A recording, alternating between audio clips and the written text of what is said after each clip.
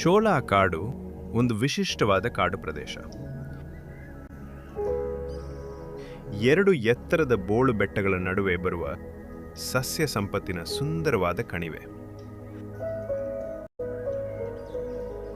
ಅಪರೂಪದ ಕ್ರಿಮಿ, ಕೀಟ, ಕಪ್ಪೆಗಳು, ವಿವಿಧ ಜಾತಿಯ ಹಾವು, ಹಕ್ಕಿ, ಪ್ರಾಣಿಗಳ ಆಶ್ರಯ ತಾಣ.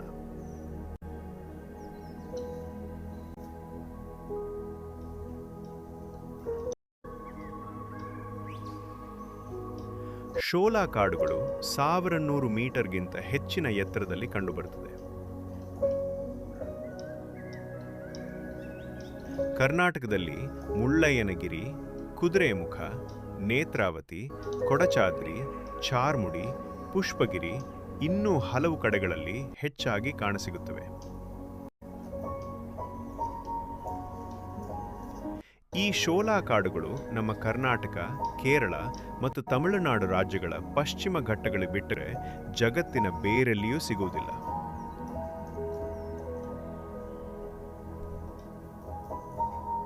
ಉತ್ತರ ಭಾರತದ ಗಂಗಾ ನದಿ ಕರಗುವ ಹಿಮನದಿಯಿಂದ ವರ್ಷ ಪೂರ್ತಿ ಹರಿಯುತ್ತದೆ. ನಮ್ಮ ಕರ್ನಾಟಕದಲ್ಲಿ ಯಾವ ಹಿಮಾಲಯಗಳಿಲ್ಲದಿದ್ದರೂ ತುಂಗಾ, ಭದ್ರಾ, ನೇತ್ರಾವತಿಗಳಂಥ ಹಲವು ನದಿಗಳು ವರ್ಷ ಪೂರ್ತಿ ಹರಿಯಲು ಕಾರಣ ನಮ್ಮ ಪಶ್ಚಿಮ ಘಟ್ಟದ ಶೋಲಾ ಕಾಡುಗಳು.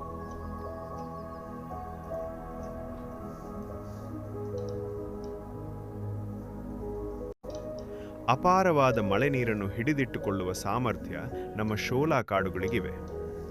ಮಳೆಯನ್ನು ಹೀರಿಕೊಂಡು ಮಣ್ಣಿನಲ್ಲಿ ಉಳಿಸಿಕೊಳ್ಳುತ್ತವೆ.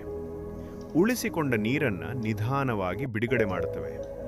ಅವು ಸಣ್ಣ ಹೊಳೆಗಳಾಗಿ ರೂಪುಗೊಳ್ಳುತ್ತವೆ. ಸಣ್ಣ ಹೊಳೆಗಳು ಸೇರಿ ದೊಡ್ಡ ಹೊಳೆಗಳನ್ನು ರೂಪಿಸುತ್ತವೆ. ದೊಡ್ಡ ಹೊಳೆಗಳು ಸೇರಿ ನದಿಯಾಗಿ ವರ್ಷ ಪೂರ್ತಿ ಹರಿಯುತ್ತವೆ. ಮನುಷ್ಯ ಸೇರಿದಂತೆ ಪ್ರಾಣಿ ಪಕ್ಷಿಗಳಿಗೆ ಜೀವಸೆಲೆಯಾಗುತ್ತಿದೆ. ಬಯಲು ಸೀಮೆಯ ಸಂಪೂರ್ಣ ನಾಗರಿಕತೆಯನ್ನು ಪೋಷಿಸಿ ನಾಗರಿಕತೆಗೆ ಪ್ರಮುಖ ಪಾತ್ರ ವಹಿಸಿದೆ.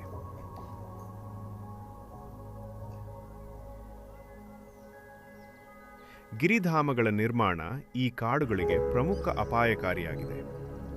ಈ ಕಾಡುಗಳು ಸಾಮಾನ್ಯವಾಗಿ ಎತ್ತರದ ಪ್ರದೇಶಗಳಲ್ಲಿ ಇರುವುದರಿಂದ ಗಿರಿಧಾಮಗಳು ಮತ್ತು ಪ್ರವಾಸಿ ತಾಣಗಳಾಗಿ ಮಾಡಲು ಸೂಕ್ತವಾದ ಹವಾಮಾನವನ್ನು ಹೊಂದಿದೆ.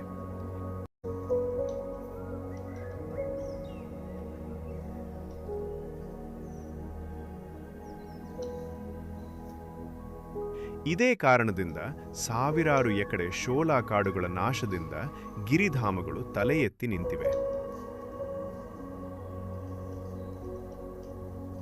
ಅವುಗಳಲ್ಲಿ ಊಟಿ, ಕೊಡೈಕೆನಾಲ್, ಮುನ್ನಾರ್, ಕೂರ್ಗ್, ವಾಲ್ಪಾರೈ, ಮೇಘಮಲೈ ಇನ್ನೂ ಹಲವು.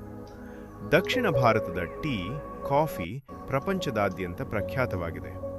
ಆದರೆ ಈ ಖ್ಯಾತಿ ಮತ್ತು ಹಣಕ್ಕಾಗಿ ನಾವು ದೊಡ್ಡ ನಷ್ಟವನ್ನು ಪಾವತಿಸುತ್ತಿದ್ದೇವೆ. ಒಂದು ಕಾಲದಲ್ಲಿ ಹುಲ್ಲುಗಾವಲುಗಳು ಮತ್ತು ಶೋಲಾ ಕಾಡುಗಳಿಂದ ಆವೃತವಾಗಿದ್ದ ಲಕ್ಷಾಂತರ ಎಕರೆ ಬೆಟ್ಟದ ತುದಿಗಳು ಮತ್ತು ಇಳಿಜಾರುಗಳು ಹಸಿರು ಮರುಭೂಮಿಗಳಾಗಿವೆ. ಪಶ್ಚಿಮ ಘಟ್ಟಗಳಲ್ಲಿ ಅಣೆಕಟ್ಟುಗಳ ನಿರ್ಮಾಣ, ಬಾಕ್ಸೆಟ್, ಜಿಪ್ಸಮ್, ಗ್ರಾನೈಟ್ಗಳು ಮತ್ತು ಇತರ ಕಲ್ಲುಗಳ ಗಣಿಗಾರಿಕೆ ಚಟುವಟಿಕೆಗಳು ಹೆಚ್ಚುತ್ತಿರುವುದರಿಂದ ಪಶ್ಚಿಮ ಘಟ್ಟಗಳ ಸಸ್ಯ ಮತ್ತು ಪ್ರಾಣಿಗಳ ಆವಾಸ ಸ್ಥಾನದ ನಾಶಕ್ಕೆ ಕಾರಣವಾಗುತ್ತಿದೆ.